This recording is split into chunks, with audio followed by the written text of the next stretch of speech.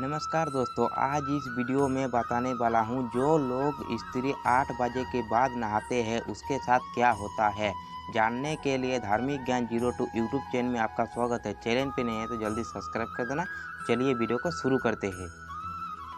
दोस्तों, स्नान केवल साधारण कार्य नहीं है, इसे शास्त्रों में तप के समान मनाया गया है। स्नान करना इतना आवश्यकता होता है कि इसके बिना मनुष्य के शरीर की शुद्धि नहीं होती है। प्राचीन काल में पवित्र नदियों में स्नान करके केवल शरीर को रोग एवं पापों से मुक्त किया जा सकता है, किंतु आज के समय के प्रत्येक मनुष्य नदी में स्नान नहीं कर सकता।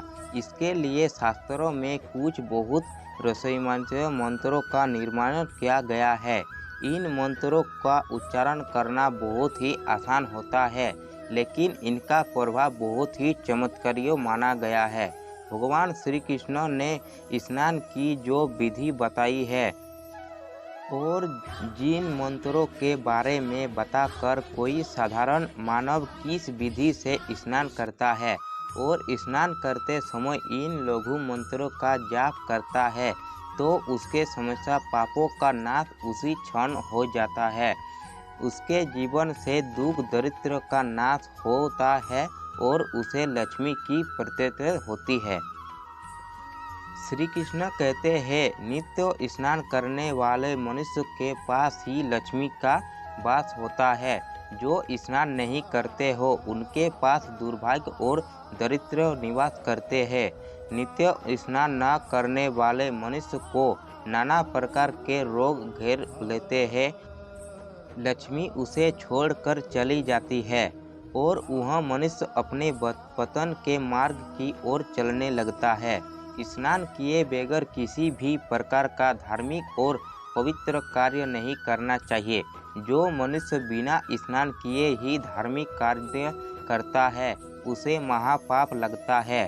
शास्त्रों में स्पष्ट रूप से कहा गया है, बिना स्नान किए पूजा पाठ आदि कार्य नहीं करना चाहिए। भगवान श्री कृष्ण ने इस अत्यंत महत्वपूर्ण विधि के बारे में विस्तार से बताया है। स्नान करने का सही समय, क्या करने की दिशा, अर्थात स्नान करते समय मुख किस दिशा में होना चाहिए, स्नान के कितने प्रकार के, स्नान करते समय कौन से मंत्र का उच्चारण करना चाहिए आदि प्रकार के अतिरिक्त गोपनीय बातों के बारे में आज हम आपको बताने जा रहे हैं। स्नान करने की यह विधि अत्यंत सरल है, इसमें अधिक कठिनाई नहीं है। साधारण मनुष्य इस विधि से स्नान कर सकता है और उत्तम फलों की प्राप्ति कर सकता है। भगवान श्री कृष्ण कहते हैं, जो भी मनुष्य इस विधि से स्नान करते हैं वह सभी पापों से मुक्त हो जाता है। उसके जीवन में लक्ष्मी का आगमन होता है और उसे सुख समृद्धि दत्त ऐश्वर्य की प्रयास निश्चित होती है। जो मनुष्य स्नान के इस अंत गोपनीय मंत्र का उच्चारण करता है उसे जल में साक्षात देवी गंगा प्रकट होती है और उसके पापों का नाश होती है। आगे जान लेते हैं जो स्नान करने की विधि के बारे में।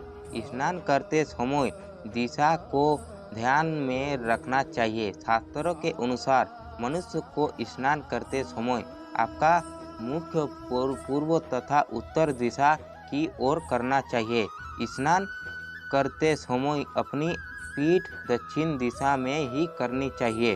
उत्तर दिशा में पवित्र नदियों का उद्गम है। गंगा, जमुना, सरस्वती आदि नदियों का उत्तम स्नान उत्तर दिशा में है, इसलिए स्नान करते समय अपना मुख उत्तर दिशा में ही करना ही शुभ माना गया है।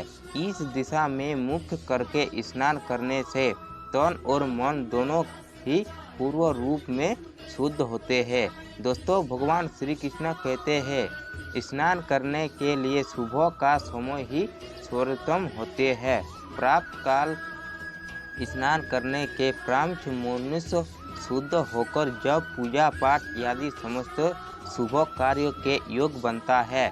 स्नान किए बगैर किसी भी प्रकार का शुभ कार्य नहीं करना चाहिए। इससे जीवन में दुर्भाग्य आता है। श्री कृष्ण कहते हैं जो 9 मंत्रों वाले मनुष्य के शरीर से इन रात गंदगी निकलती रहती है, इसलिए इसे नित्य शुद्ध करना आवश्यकता होता है। श्री कृष्ण कहते हैं जो यदि संभव हो तो शुद्ध तीर्थ में स्नान करना चाहिए, क्योंकि यह मल पूर्ण शरीर शुद्ध तीर्थ में स्नान करने से शुद्ध होता है। यदि ऐसा संभव न हो तो शुद्ध जल से स्नान करना चाहिए। जो मनुष्य नित्य प्राप्त काल में स्नान करता है उसके पास दुष्ट शक्तिशालियों नहीं आती है, उस पर कभी बुरी नज़र का और नकारात्मक शक्तियों का प्रभाव नहीं पड़ता है। साथ ही उसके पापों का नाश होकर उसे पुण्य के प्राप्ति होती है।